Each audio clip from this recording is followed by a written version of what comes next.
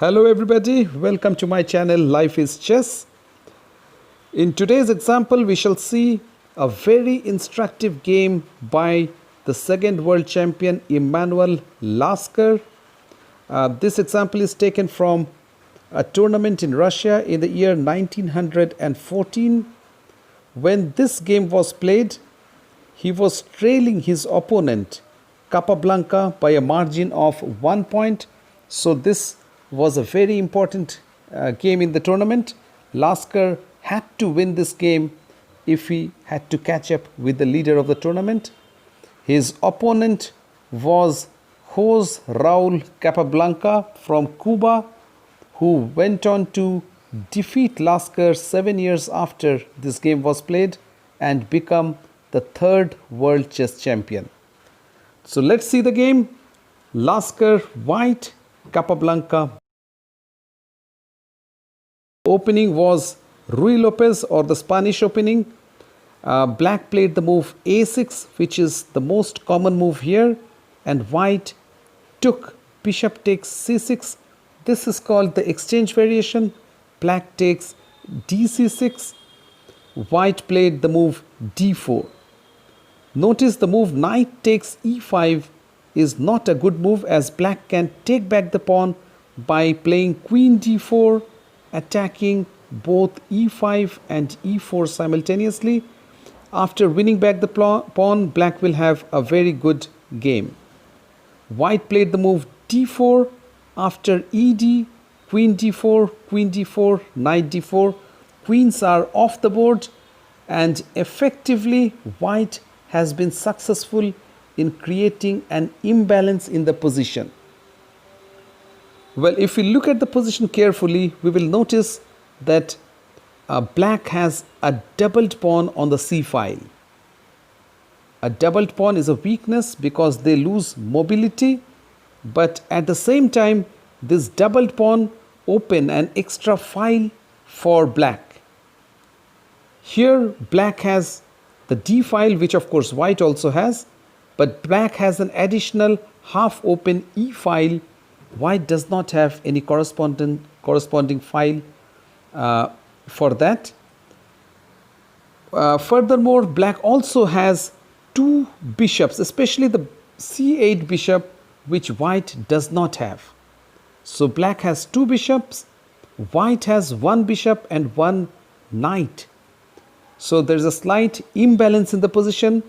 White has something, black has something else, and both the sides will try to prove what they have is more significant than what they don't have.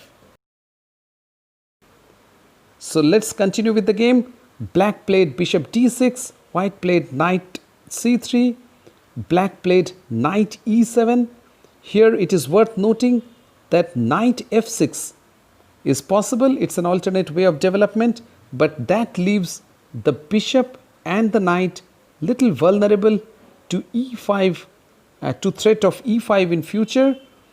And also the knight on e7 has an idea of going to c6 and d4, taking a strong central square in future after black plays the pawn to c5. So knight e7 is a better development than f6 in this particular position. And after both sides castled, white played the move f4. It is worth noting that white has 4 pawns on the king side compared to black's 3. And black's majority, 4 against 3, is crippled by the fact that black has a doubled pawn on the c file. So white has an advantage in pawn structure, but black has an advantage in terms of having two bishops. Let's see how the game continues. Black played the move rook e8. Another very instructive moment of the game. It is white to play, and how does white bring out his pieces? If he plays the move bishop to e3, which is a very natural development, black will make use of his half open e file and play knight to d5, which is a very instructive move. it not only attacks this bishop, but if the bishop retreats to f2, black can also capture the f4 pawn with the knight. And notice the e pawn is pinned. If it captures the knight, black can capture a very important bishop and start entering into white's position. So bishop e3 is not a good idea. White plays a series of moves, a couple of moves which are very, very instructive from here. First, he played the move knight to b3. Idea is to take c5 square away from the bishop. In the previous position, had white played any move like e5, black could have played the bishop to c5, attacking and pinning the knight. Therefore, first white played knight to b3. After black played the move f6, white played another very, very paradoxical move, a very instructive move, and that is f5. Because white weakens his e5 square as well as e4 pawn, but at the same time white takes control over the e6 square, the mighty e6 square, which doesn't have any pawn support. So white in future can play the knight to d4 and from there hop into e6 square. So this f5 move is a move which gives something and takes something, and more importantly, and the main reason why such move is played, is the bishop on c8 is restricted. It cannot come out to e6. So the e6 square is taken away from the bishop. So this f5 pawn move weakens white's own position, but also restricts black's c8 bishop and takes a very important e6 square from black. Let us see how Capablanca responds. He plays the move b6. Now the bishop wants to develop from this diagonal. White played the move bishop f4 and Capablanca played bishop to b7. Now this is another very instructive position. Instead of bishop b7, experts later said the move bishop takes f4 was a much better move, although it looks not such a good move. White would have to recapture rook f4 and then black would play c5 with the idea of opening this diagonal for the bishop. White would in that case take control over the d file, which is the only open file of the position. Let's look at this position. After exchange, black would play knight to c6, allowing white to enter on d7. The rook on d7 attacks c7 and also controls the 7th rank. However, black can simply play rook c8, defending the c7 pawn and subsequently posting his knight on e5, from where it can drive away the white's rook and black can attain a very good playable position. So this is how black should have played. Instead, black continued with his plan of bishop to b7 after bishop f4. It's white to move, another very important moment of the game. And that is, he takes the bishop on d6 with his bishop, allowing black to undouble his pawns. The reason why bishop f4 takes d6 is such a nice idea is that after black takes cd6, white has an exclusive control over the d file. Black's d file is restricted. So just notice, before the bishops were exchanged, both rooks could be placed on d file and both white and black would have equal control over the file, but not after bishop d6 cd6. Let's see how white plays. White plays the move knight d4, planning to enter on e6. Black plays rook d8 after knight e6. Black played rook d7, saving his rook from at knight's attack. White played the move rook d1, pressurizing the d6 pawn. So just notice how white pressurizes the d6 pawn as well as takes control of the e6 square with his knight. Black plays knight c8 to overprotect d6. Now the rook can be free. The rook can move to any file. The next few moves, both the sides improve their position, and we shall go through the moves quite quickly. Let's see. White doubles on d file, black doubles on e file, although the knight on e6 is restricting the rook. White stops black from pushing b4. He plays b4 himself, and both the sides are improving their position.